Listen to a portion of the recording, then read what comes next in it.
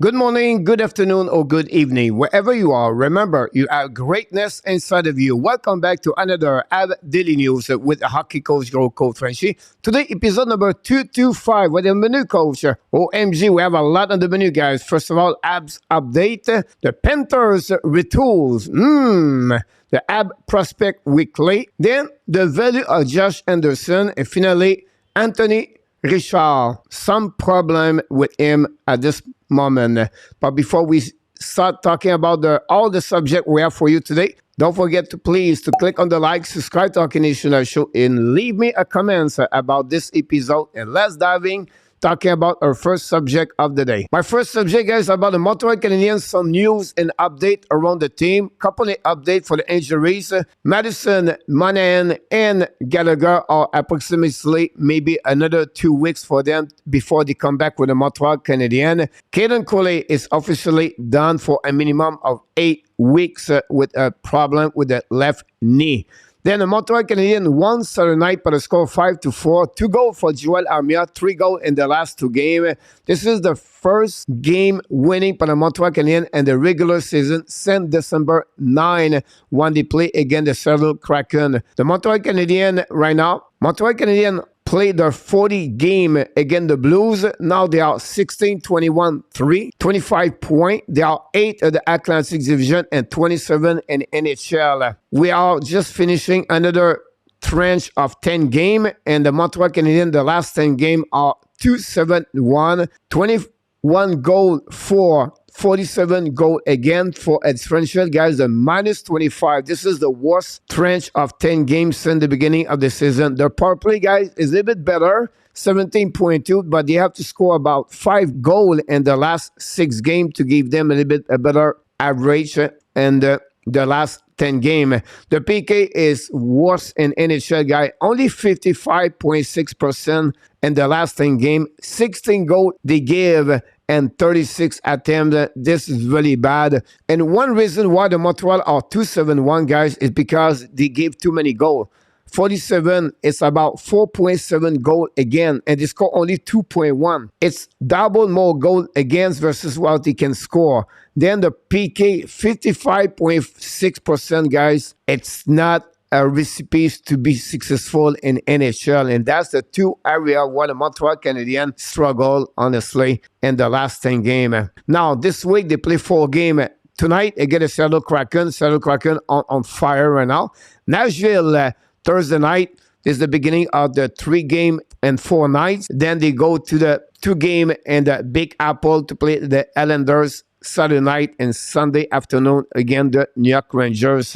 With the game tonight, then the Seattle Kraken, that would complete their half season of the 2022-2023. We're going to do a report card during the weeks to give you a little bit where they at and the performance in their first 41 game in the season. Finally, one more thing I want to give you. We know last week it was the World Junior Championship in Halifax Mountain. Canada won the gold medal. Many scouting amateur for the Montreal Canadiens was there. Now they are all flying back in Montreal, and they have a couple of meetings from Monday to Wednesday with all the scouting amateur with the Montreal Canadiens. This complete, guys, my first subject. Don't forget to leave me a comment, and let's move on for the next subject of the day. My next subject, guys, is Monday, so it's the time for the AB Prospect Weekly Report. And this week, guys, I'm going to make a little bit different. I'm going to give you the report only for the players playing in the World Junior Championship 23. First of all, Joshua Roy with Team Canada, 7 games, 5 goals, 6 assists, 11 points. Shot 20 times on the net. He was the best prospect for the Montreal during that tournament. Compare him last August when he won the gold medal with Team Canada and the last one last week. Just a new player, just a transformation. His progression, development is so good. He won the battle. He's stronger. And he became a smarter player, 2-way players. He really recognized how the play developed in front of him. He became one of the big, important players, play with Connor Bedard and Sakoven on the first line. Really good guys, not only on power play on the second unit, but what for me I was impressed is the way he played on the PK for Team Canada. Aggressive, great stick on the eyes, really important player for the Team Canada during that tournament. My second player I want to talk about, guys, Owen Beck joined the team at the semifinal. He played 3 games, 1 assist, 1 point. For me, the quality minutes he brings on the table for the Team Canada. Listen, he's going to be an important player next year with the Team Canada. The next player I want to talk about is Philippe Mézard. 5 games, 3 goals, 2 assists, 5 points. He set up a lot of play for his team, Slovakia, during the tournament. I love his intensity during the game. Whatever they are bigger or stronger player, he does not hesitate to play physical and jump in front of the net or in the corner. And I love his IQ, his vision as a hockey player. I love his speed, and he did very well for Team Slovakia. My next player, guys, is Adam Engstrom. 7 games, 2 goals, 1 assist, 3 points. Play most of the time at the first pairing for the Team Sweden. Montreal have a lot left defensemen. He's going to be my underrated player for the Montreal Canadiens. He play with calm. He see the eyes very well. His transition is good, but I love his defensive zone coverage, and he's really strong. And I think Montreal Canadiens make a very good selection to draft him as a 95 overall pick last NHL draft. My next player, obviously, with Austria, where a team was not very good, Vincent Rohrer. Played 5 games, 1 goal, 2 assists, 3 points, 10 shots on the net.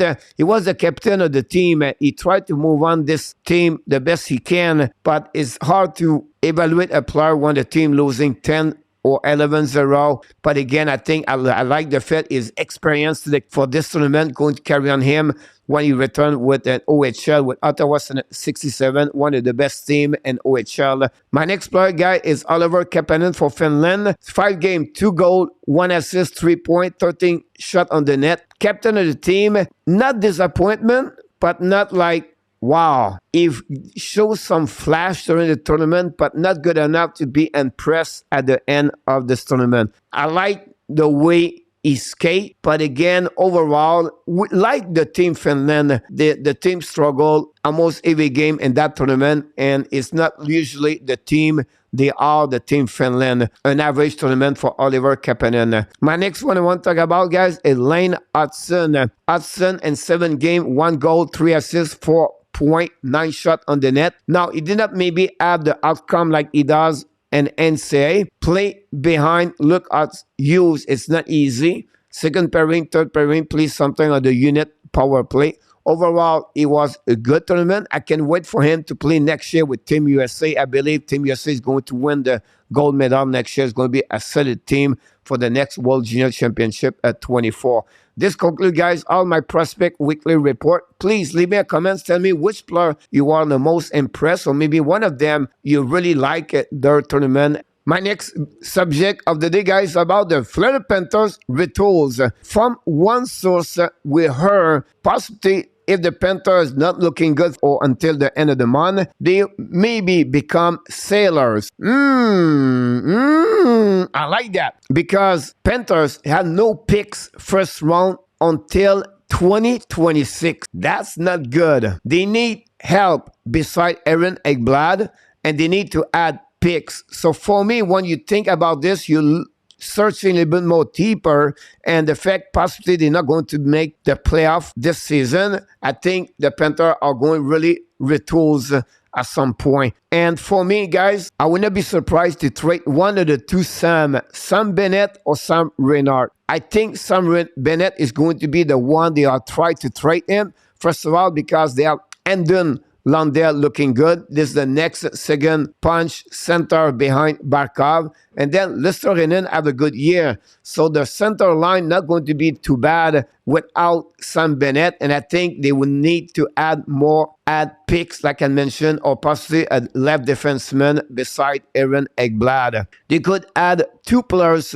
under Retools trade bait. One is Anthony Duclair, 1 more year at $3 million, and then Patrick Orvis, $5 million on the salary cap. Both of them right now on the long-term injury reserve, should be returned the next couple of weeks.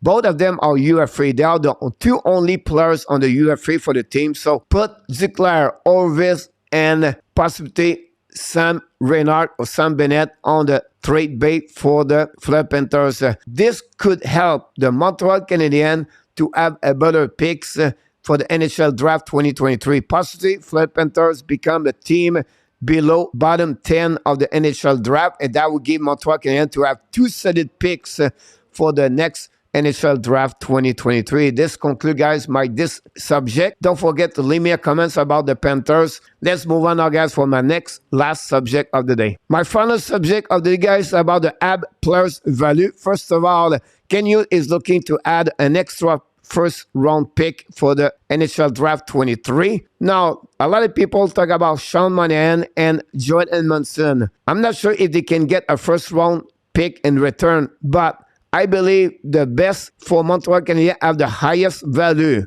is going to be Josh Anderson. I understand his contract, but with 11 goals right now at the half of the season, possibly he can reach over 20 goals with the Montreal Canadiens. Secondly, he's maybe an unicorn forward. He's very physical, great speed, and is a great forechecker. Put all together, not many players in the NHL with a big 6'3", 220 pounds, can play like Josh Anderson. A team right now looking to go deep in the playoff. I think they would be really interested to add Josh Anderson in their team. Now, Ken Hughes get a lot of phone calls. I'm not sure if Montreal is still hesitate to make a trade for him, but it would be really interesting what this could develop in the next couple of weeks for Josh Anderson. Now, I want to bring you guys a little bit more news for the Montreal Canadiens. The transition of Anthony Richard from the AHL to NHL is not easy. He show up some flash at the beginning of his first 3 games, scored goal, 1 assist, but since that, he's struggled on the defensive zone coverage, not became the player we expect.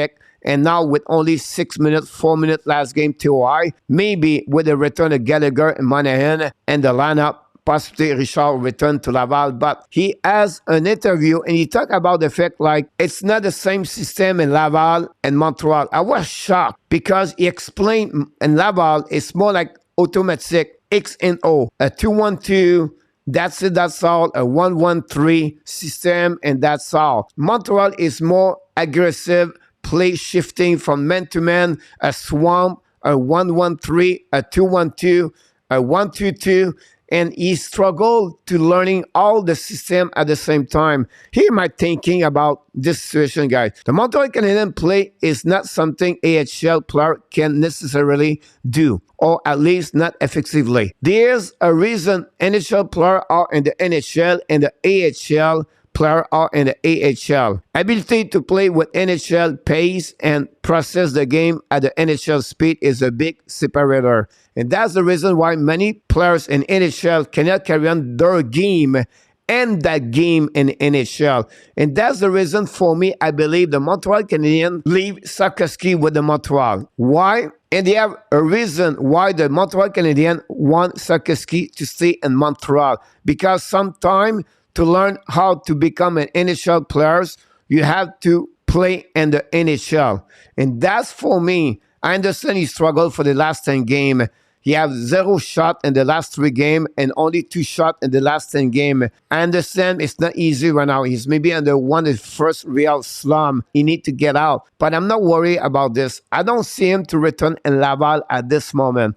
But it'll be really interesting what the Montreal Canadiens are going to do if his progression or development not reach the level they expect for him in the next 3-4 weeks. I just want to share with you this subject, Habs value of Josh Anderson, the difficulties of Anthony Richard, and then finally, what we expect for Sakowski. Here we go, guys. This concludes a little bit longer video of the Habs Daily News today. But before we leave, please don't forget to click on the like, subscribe to our Canadian show, and leave me a comment about this episode. Remember, you have greatness inside of you, and I wish you an amazing, blessing Monday, everybody.